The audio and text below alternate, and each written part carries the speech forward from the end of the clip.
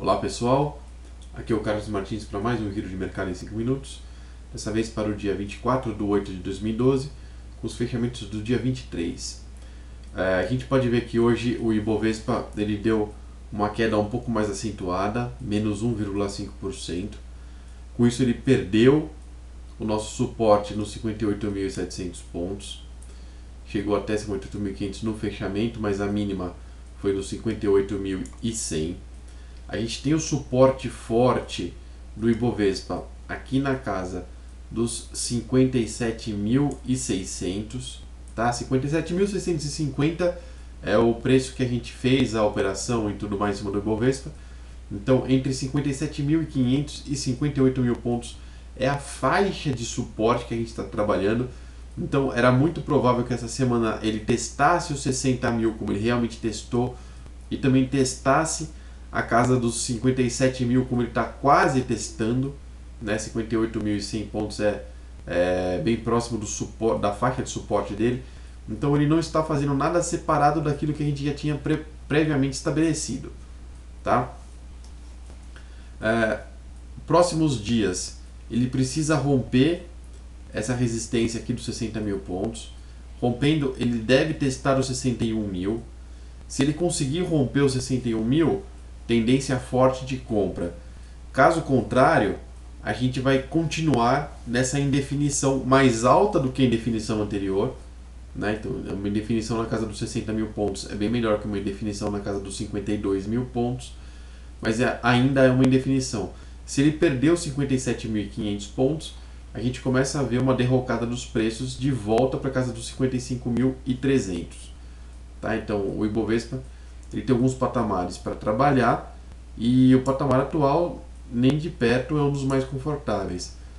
Falando agora de OGX. OGX foi testar exatamente, né, no mínimo centavo, sem nenhuma dúvida, 685, que é a nossa projeção aqui, resistência, máxima teste de hoje 6,85. Então foi testar exatamente o ponto de máxima do nosso Fibonacci aqui e voltou bastante para 6,52. Lembra que a nossa resistência a ser ultrapassada era 6,49, né?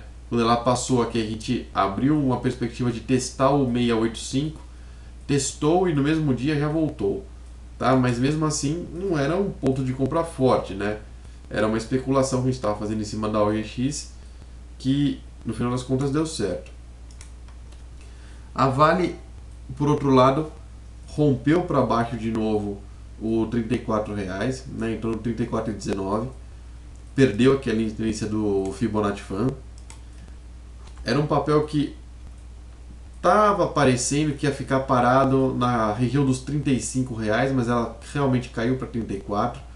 Daqui para ela testar a casa dos 33 não está difícil, tá? Então ela está abrindo uma projeção para testar os 33. E se ela passar dessa outra linha azul que está mais embaixo aqui do Fibonacci Fan, ela vai testar os 32. Né? Então a Vale com um horizonte mais pessimista no momento do que as outras ações.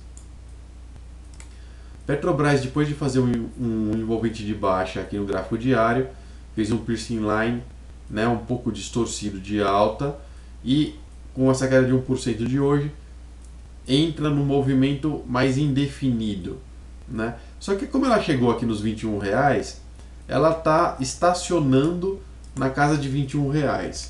É melhor do que estar caindo, não é tão bom como estar subindo, tá? Mas ela está estacionando na casa dos R$21. Para a gente ter algum sinal novo na Petrobras, né? Lembra que a gente vendeu ela 21,43, né? A gente deu essa compra que começou aqui embaixo, saiu aqui com 4,5% de ganho. Para a gente dar uma operação nova de Petrobras, ela precisaria perder aqui vários suportes e dar um ponto de compra mais abaixo, ou ela subir acima dos 22,10, que é uma região de preço realmente muito forte, tá? Então os 21,78 que ela foi testar lá no preço de abertura da própria segunda-feira aqui, foi um preço realmente alvo, né? Para ela passar acima disso, ela precisa testar os 22,10. Se ela conseguir romper acima dos 22,10, é bem provável que ela vá testar lá os 22,78. não é nada muito grande de ganho, né, mas tem alguma chance de realização. Tá? Mas de qualquer forma, a Petrobras já foi a operação e está muito claro isso, sendo que ela continua no mesmo preço onde ela foi vendida. E o Dow Jones, como a gente previa, né, ele perdeu a tendência do triângulo e a tendência do Fibonacci Fan. Ele vem corrigindo em direção a essa linha azul do Fibonacci Fan aqui, ó. Então essa linha azul, né, que hoje está em torno de 12.990 pontos, quase 13 mil pontos, como ela vai inclinando para cima, ela vai se encontrar com o próprio preço aqui nesse preço de 13.050, que é onde ele já está. Tá? Então é bem provável que amanhã ele teste essa linha azul aqui, não deve romper para baixo no primeiro momento, né? Ele deve quicar nessa linha, mas se a gente ver o rompimento dessa linha azul, tá? Junto com o rompimento do 12.960 para baixo, lógico, a gente vai entrar num horizonte muito mais pessimista para o Dow Jones, obviamente também para o Ibovespa.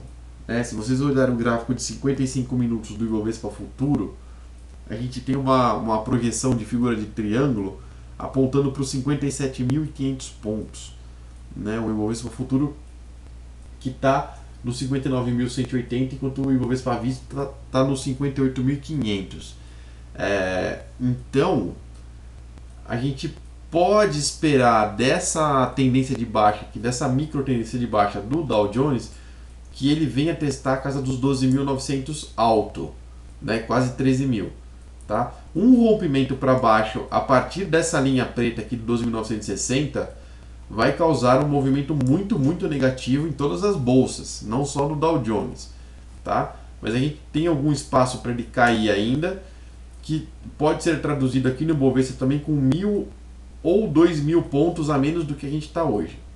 Então agradeço muito pela presença de todos e até o próximo Giro de Mercado em 5 minutos.